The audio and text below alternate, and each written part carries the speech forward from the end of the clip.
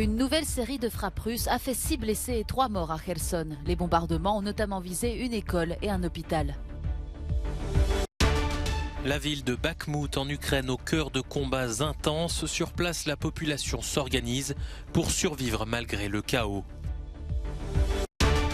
En Espagne, les bracelets anti-rapprochement font leur preuve dans la lutte contre les violences faites aux femmes, mais le pays ne baisse pas la garde.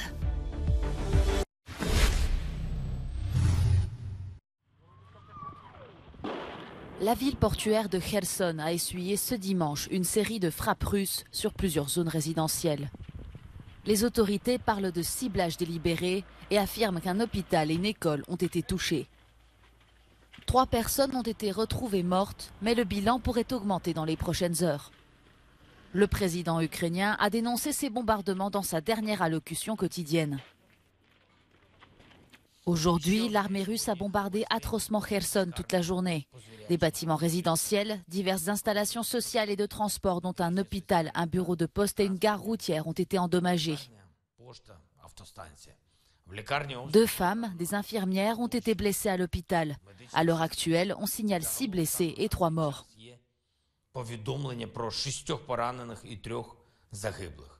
Le ministère russe de la Défense a affirmé que le bombardement avait détruit 2 systèmes radars de fabrication américaine, ainsi qu'un dépôt de munitions d'artillerie. La présidente de la Commission européenne, Ursula von der Leyen, a déclaré que l'Ukraine bénéficiait du soutien inconditionnel de ses alliés et devait l'emporter contre les attaques russes pour défendre les valeurs européennes. Un sujet qui sera au centre des discussions du sommet entre l'Union européenne et l'Ukraine la semaine prochaine.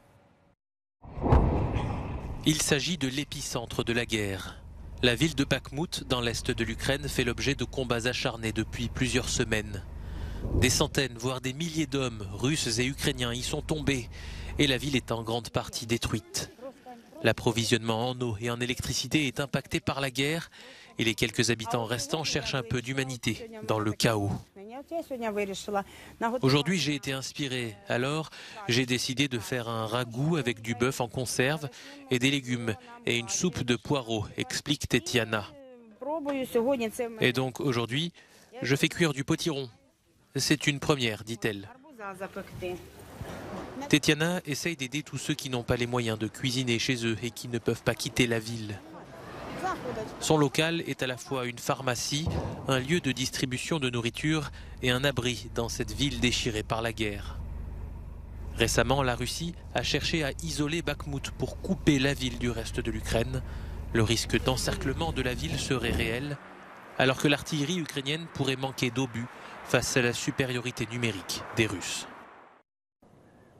En République tchèque, le second tour de la présidentielle a déplacé les foules. Plus de 70% des électeurs ont voté, une participation record. Petr Pavel, vainqueur de la présidentielle, a obtenu près d'1 million de voix de plus que son adversaire, l'ancien Premier ministre populiste Andrej Babiš. Et c'est à Prague qu'il a fait le plein de voix, 76% des suffrages contre 58% au niveau national.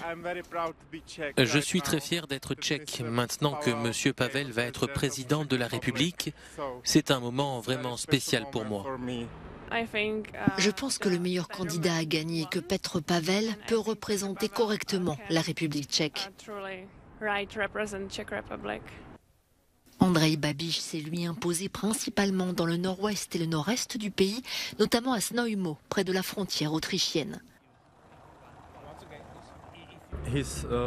Son parti avait remporté les élections locales, ce qui est la principale raison pour laquelle Babiš a pu gagner ici. Si nous regardons les résultats de cette élection, nous voyons qu'il a gagné dans les petites villes et villages. Et Znojmo est une petite ville. Andrej Babiš entretient une relation de longue date avec le Premier ministre hongrois Viktor Orban et il existe des similitudes dans leur politique. Tout comme Viktor Orban l'année dernière, Andrej Babiš a accusé son adversaire pendant la campagne d'être pro-guerre. Mais cela ne lui a pas suffi pour gagner. La grande question est maintenant de savoir si Andrej Babiš a encore un avenir politique dans le pays.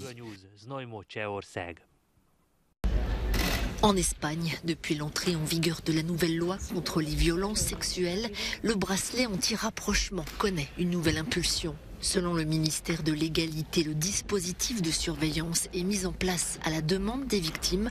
Elles peuvent l'obtenir en moins de 24 heures sur décision de justice dès que leur agresseur sort de prison. Plus de 200 délinquants sexuels ont vu leur peine réduite en Espagne depuis octobre dernier et 18 sont sortis de prison plus tôt que prévu. La loi, connue sous le nom de Seul un oui est un oui et qui introduit l'obligation d'un consentement explicite, est entrée en vigueur le 7 octobre dernier, mais depuis le mois de décembre, l'Espagne fait face à une recrudescence de féminicides. Ce bracelet anti-rapprochement a prouvé son efficacité depuis sa mise en place en 2009, puisqu'aucune utilisatrice de ce service n'a été depuis assassinée par son partenaire ou ex-partenaire. Ces bracelets de contrôle sont des dispositifs qui géolocalisent à la fois la victime et l'agresseur et envoient une alerte lorsque ce dernier franchit le périmètre imposé. À ce jour, plus de 3000 bracelets sont actifs en Espagne.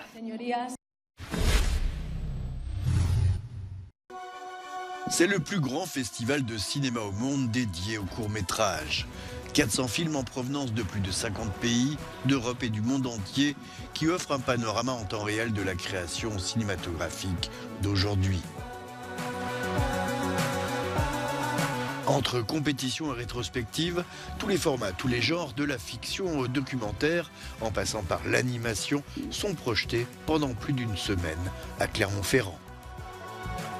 Le musée Louisiana au Danemark inaugure l'année 2023 avec une exposition des œuvres de la photographe indienne Gauri Gill, née en 1970. L'exposition est la première de cette taille en Europe. Sur le travail de l'artiste et présente plus de 200 œuvres de ses séries les plus importantes.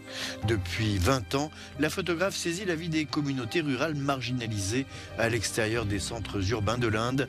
Son approche et ses techniques varient selon les sujets, donnant une œuvre protéiforme et inattendue. Enfin, une exposition historique et archéologique qui bat des records. En ce moment en Roumanie, au musée d'histoire nationale de Bucarest, Dacia, la dernière frontière de la Roumanité, qui expose tous les objets de cette civilisation pré-romaine qui occupa l'actuelle Roumanie et Moldavie. Les bracelets daciens, de nombreuses pièces en or et en argent, des ornements, des armes et des céramiques sont exposés en provenance de 45 musées roumains et moldaves.